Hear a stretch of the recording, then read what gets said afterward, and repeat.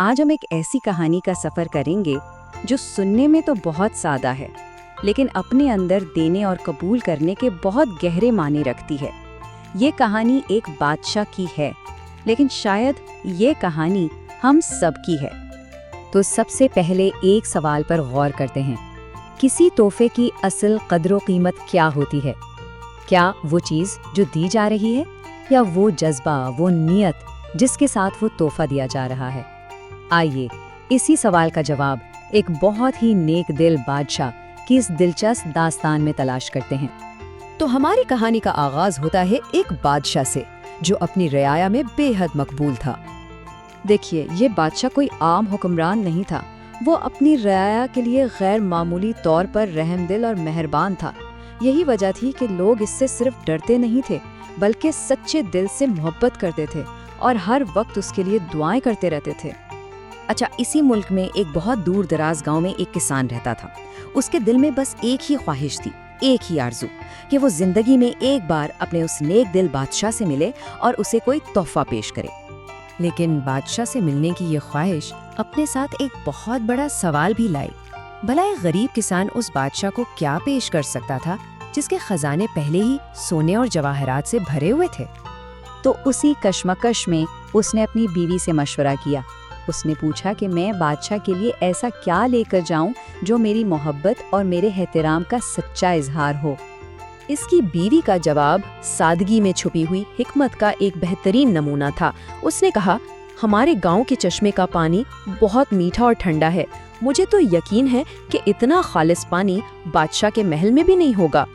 یہ ایک بہت ہی سادہ سا لیکن دل سے نکلا ہوا مشورہ تھا۔ کسان کو یہ تجویز بہت پسند آئی۔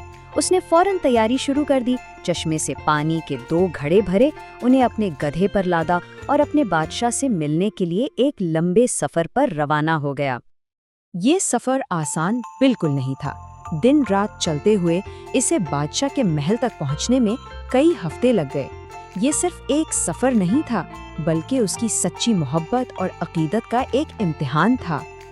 آخرکار کئی ہفتوں کی مشقت کے بعد کسان بادشاہ کے محل پہنچ ہی گیا۔ گرد و غبار میں آٹا ہوا، لیکن امید سے بھرا ہوا، اس نے بادشاہ سے ملاقات کی اجازت مانگی۔ جب اسے اجازت ملی تو کسان نے اپنا تحفہ پیش کیا۔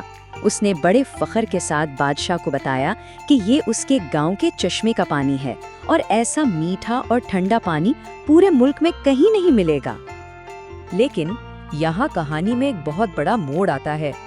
جیسے ہی بادشاہ کے وزیر نے گھڑے کا ڈھکن اٹھایا، اس نے دیکھا کہ اتنے لمبے سفر کی وجہ سے وہ سارا پانی خراب ہو چکا تھا اور اس میں سے بدبو آ رہی تھی۔ وزیر نے گھبرا کر بادشاہ کی طرف دیکھا، لیکن بادشاہ نے ایک لمحہ بھی ضائع کیے بغیر اسے خاموش رہنے کا اشارہ کیا۔ یہ بادشاہ کی غیر معمولی حکمت اور ہمدردی کا پہلا ثبوت تھا۔ وہ کسان کا دل بالکل نہیں توڑنا چاہتا تھا۔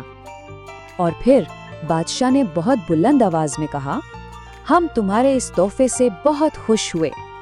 اس نے نہ صرف تحفہ قبول کیا، بلکہ اس کسان کی کوششوں کا بھرپور احترام بھی کیا۔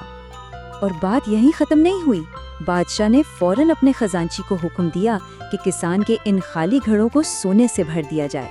ذرا سوچئے، اس خراب پانی کے بدلے میں بیش قیمت سونا، یہ تھی بادشاہ کی سخاوت۔ لیکن بادشاہ کی حکمت یہی ختم نہیں ہوئی۔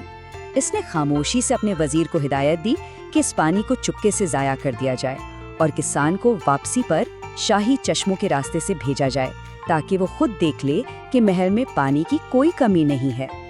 جب کسان نے واپسی پر وہ شاہی چشمے دیکھے تو وہ سمجھ گیا کہ اس کا تحفہ تو کچھ بھی نہیں تھا، لیکن یہ جان کر کہ بادشاہ نے اس کے حقیر تحفے کو بھی اتنی عزت دی اور انعام سے نوازا، کسان کے دل میں بادشاہ کے لیے محبت اور عقیدت پہلے سے بھی کئی زیادہ بڑھ گئی۔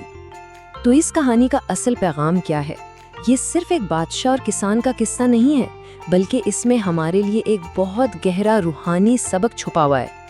جانتے ہیں وہ خراب پانی کس چیز کی مثال ہے؟ وہ دراصل ہماری اپنی ٹوٹی پھوٹی عبادتوں کی مثال ہے۔ وہ اعمال جنہیں ہم بہت اچھا سمجھ کر پیش کرتے ہیں، لیکن اصل میں وہ خامیوں اور کوتاہیوں سے بھرے ہوتے ہیں۔ اور اس مہربان بادشاہ کی طرح کائنات کا مالک اللہ تعالیٰ ہماری عبادتوں کی حقیقت جاننے کے باوجود نہ صرف انہیں قبول فرماتا ہے بلکہ ان کے بدلے میں ہمیں اپنی ان گنت نعمتوں سے بھی نوازتا ہے۔